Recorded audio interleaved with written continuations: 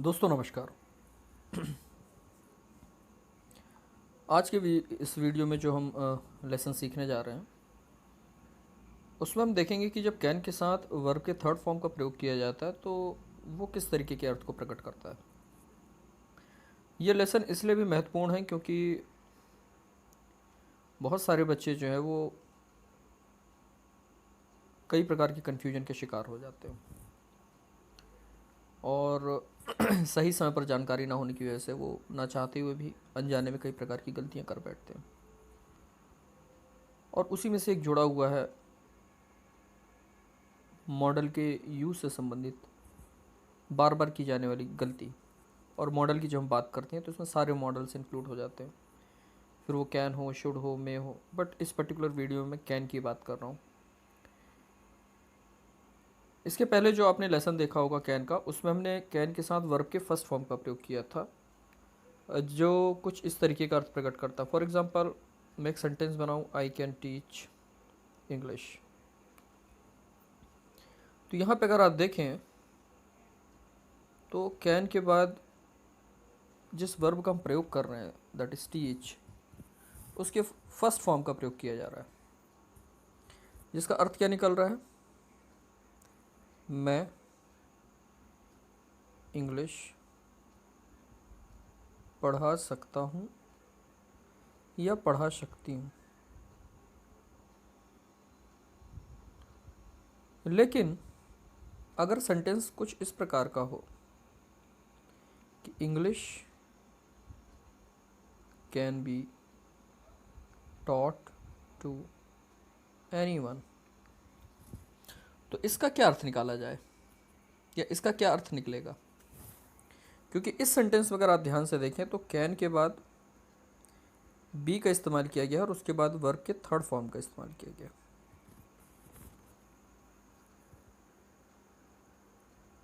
इसके पहले वाले सेंटेंस में तो हमने कैन के साथ फर्स्ट फॉर्म का प्रयोग किया और कैन के पहले जो शब्द यूज़ किया गया आई, उसकी कैपेसिटी को वो डिनोट कर रहा है कि जो टीच करने की कैपेसिटी है वो आई में है, इसलिए उसका अर्थ निकला मैं इंग्लिश पढ़ा सकता हूँ। लेकिन अगर हम सेकंड सेंटेंस की बात करें जिसमें आप बोल रहे हैं English can be taught to anyone, तो इसका क्या अर्थ होगा। इसका अर्थ होगा इंग्लिश किसी को भी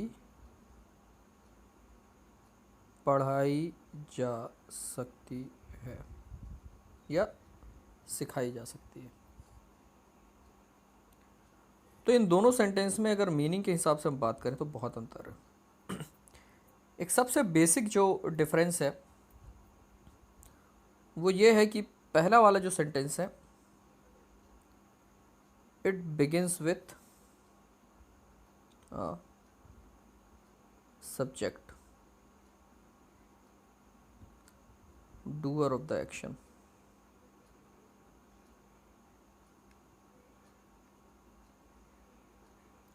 आई से प्रारंभ हो रहा है ये,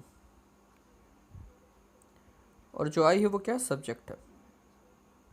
सब्जेक्ट से मतलब है उसमें प्रयोग की जाने वाली वर्ब को परफॉर्म करने वाला, उस वर्ब को करने वाला, जिसे आप कर्ता कहते हैं, डूअर कहते हैं। जबकि सेकंड सेंटेंस की अगर हम बात करें जिसका अर्थ निकल रहा है इंग्लिश किसी को भी पढ़ाई जा सकती है, तो अर्थ बिल्कुल स्पष्ट है कि इंग्लिश कोई व्यक्ति तो नहीं है जो काम कर सकता है, इंग्लिश पढ़ाई जा सकती है मतलब पढ़ाने वाला कोई और है। और इस पूरे सेंटेंस में कहीं भी इस बात का जिक्र नहीं किया कि कौन पढ़ाएगा। तो जो किया जा सकता है सेंटेंस उससे स्टार्ट हो रहा है, ना कि उससे जिसके द्वारा किया जा सकता है। अर्थात इस तरीके के सेंटेंस किससे स्टार्ट होते हैं, बिगिंस विथ ऑब्जेक्ट, जिस पर काम किया जाता है, ना कि जिसके द्वारा काम किया जाता है। और इस सेंटेंस में इंग्लिश जो है वो ऑब्जेक्ट है। और इस तरीके के सेंटेंसेस हम बहुत बनाते हैं। इससे एक बात और स्पष्ट होती है कि हर सेंटेंस सब्जेक्ट से स्टार्ट हो कोई ज़रूरी नहीं है, कुछ सेंटेंसेस ऑब्जेक्ट से भी स्टार्ट होते हैं। और सब्जेक्ट और ऑब्जेक्ट की एक सरल परिभाषा ये है कि जिसके द्वारा काम किया जाता है उसको आप सब्जेक्ट कहते हैं, और जिस पर काम किया जाता है उसे आप ऑब्जेक्ट कहते हैं। तो जब सेंटेंसेस कुछ ऐसे बनाने हो जिसमें कैपेसिटी की बात तो हो, लेकिन ऑब्जेक्ट से वो स्टार्ट हो, उसमें सब्जेक्ट का कहीं कोई जिक्र ना हो, तो इस प्रकार के सेंटेंसेस में ऑब्जेक्ट के बाद कैन, अफर्मेटिव सेंटेंस है तो कैन के बाद बी के बाद सीधे थर्ड फॉर्म, और अगर नेगेटिव सेंटेंस है तो कैन के बाद नॉट लगा के फिर बी के बाद थर्ड फॉर्म का प्रयोग किया जाता है। कुछ एग्जांपल देखते हैं, बात थोड़ी और स्पष्ट होगी आपके लिए। For example, students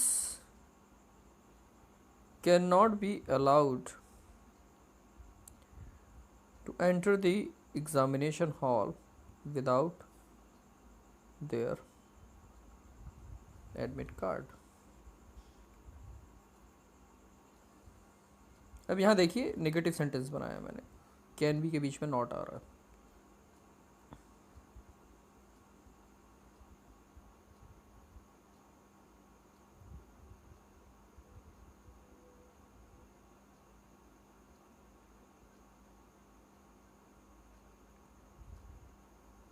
students can not be allowed to enter the examination hall without their admit card. तो students can not be allowed मतलब अलाउ करने वाला कोई और है। Students can not be allowed का अर्थ होगा स्टूडेंट्स को अनुमति नहीं दी जा सकती है, किस बात की? To enter the examination hall without their admit card, कि वो बिना एडमिट कार्ड के एग्जामिनेशन हॉल में प्रवेश कर सकें। इसी प्रकार के सेंटेंस में अगर सब्जेक्ट को हम इंक्लूड कर लेते तो स्ट्रक्चर बिल्कुल अलग हो जाता। उदाहरण के तौर पे अगर हमारा सेंटेंस होता invigilators can not allow students to enter the examination hall without their admit card. अब इसमें आप देखिए, इसमें हम कैन के बाद बी का प्रयोग नहीं कर रहे हैं और सीधे वर्ब के फर्स्ट फॉर्म का प्रयोग कर रहे हैं। क्यों? क्योंकि ये सेंटेंस जो है वो सब्जेक्ट के साथ स्टार्ट हो रहा है।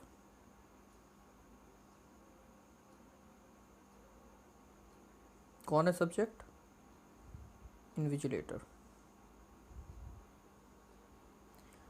इसलिए हमने इसमें कैन के बाद थर्ड फॉर्म का प्रयोग नहीं किया, बी का प्रयोग नहीं किया, हमने अलाउ का डायरेक्ट प्रयोग किया फर्स्ट फॉर्म में, क्योंकि इसमें आपके पास सब्जेक्ट है। कौन अलाउ नहीं कर सकता? इन्विजिलेटर्स अलाउड नहीं कर सकते, और उसी से आप स्टार्ट कर रहे हैं।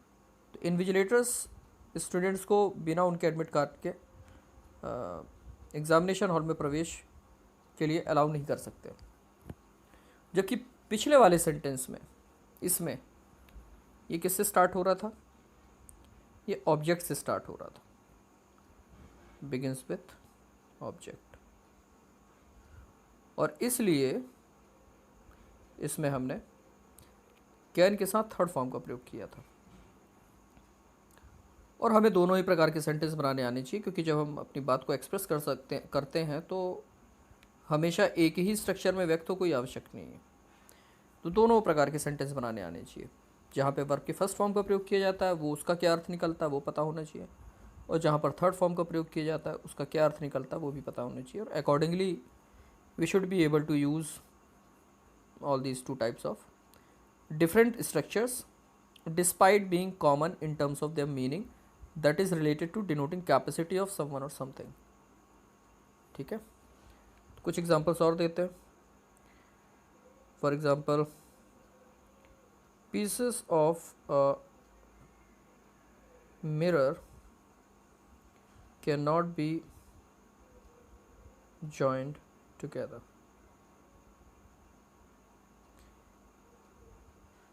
इसमें देखिए आप,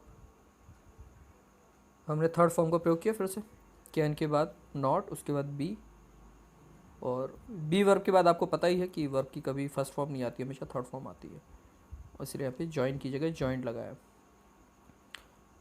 तो किसी खास वजह से लगाया, क्योंकि तभी अपना अर्थ प्रकट करेगा। आप कहना ये चाहते हैं कि एक आईने के टूटे हुए टुकड़ों को जोड़ा नहीं जा सकता है। कौन नहीं जोड़ सकता उसकी बात ही नहीं हो रही, एक प्रकार का स्टेटमेंट होता है जो सभी पे अप्लाई होता है। तो आईने के टूटे हुए टुकड़ों को जोड़ा नहीं जा सकता है। तो किसको नहीं जोड़ा जा सकता? वो ऑब्जेक्ट हो गया, pieces of a mirror. Negative sentence है तो कैन नॉट बी। क्या नहीं किया जा सकता? जोड़ा नहीं जा सकता। जोड़ने के लिए हम जॉइन वर्ब यूज़ करते हैं, उसका थर्ड फॉर्म होता है जॉइंट। और साथ के लिए आपने टुगेदर वर्ड का यूज़ किया। इसी में अगर हम सब्जेक्ट का यूज़ कर लेते तो स्ट्रक्चर बिल्कुल अलग हो जाता। Nobody can join broken pieces of a mirror. अब इसमें देखिए, आपने सब्जेक्ट यूज़ कर लिया नोबडी, इसीलिए क्या हो गया ये, आपने कैन के बाद सीधे फर्स्ट फॉर्म का यूज़ किया। इसमें आपको थर्ड फॉर्म की ज़रूरत ही नहीं पड़ी क्योंकि आपके पास सब्जेक्ट आ गया। तो ये समझने वाली बात है कि कैन का प्रयोग किया तो कैपेसिटी बताने के लिए ही जाता है, लेकिन कब उसके साथ वर्ब के फर्स्ट फॉर्म का प्रयोग किया जाना चाहिए और कब बी लगा के थर्ड फॉर्म का प्रयोग किया जाना चाहिए, क्या अर्थ प्रकट होते हैं, वो बात हमको पता हो तो इससे संबंधित गलतियाँ नहीं होती हैं। और इसी प्रकार से जब इनके आप इंट्रोगेटिव सेंटेंस बनाएंगे तो वो स्ट्रक्चर सेम रहेगा। For example, can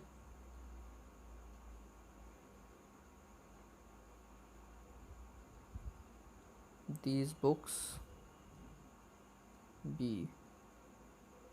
sold to me with some more discount. आप किसी स्टेशनरी में पहुंचे हैं और कुछ बुक्स लेना चाहते हैं, आपको कॉस्ट बताई गई और आपको लग रहा है वो कॉस्ट थोड़ी ज़्यादा है, और सामने वाले से आप पूछ रहे हैं can this books be sold to me, क्या इन किताबों को मुझे बेचा जा सकता है, विथ सम मोर डिस्काउंट, कुछ और डिस्काउंट के साथ। ठीक है, तो कैन बाहर आ गया, बाकी का स्ट्रक्चर पूरा वही यस नो टाइप क्वेश्चन जो हमने पहले किए थे। डब्ल्यू एच क्वेश्चन बनेंगे तो जो भी हम बात कहना चाहते हैं उसके अकॉर्डिंग डब्ल्यू एच वर्ड पहले जाएगा। व्हाट कैन बी डन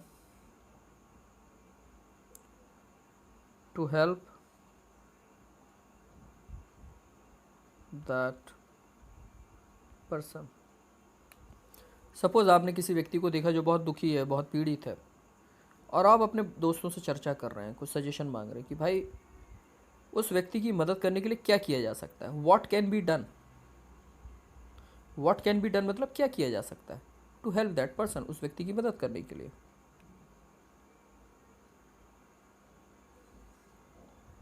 तो आज के इस वीडियो में मैंने आपको बताया कि कैन बी के साथ वर्ब के थर्ड फॉर्म को जब इस्तेमाल किया जाता है उसके क्या अर्थ निकलते हैं, और उसको मैंने कंपेयर करके आपको बताया कैन के साथ जब वर्ब के फर्स्ट फॉर्म का प्रयोग किया जाता है।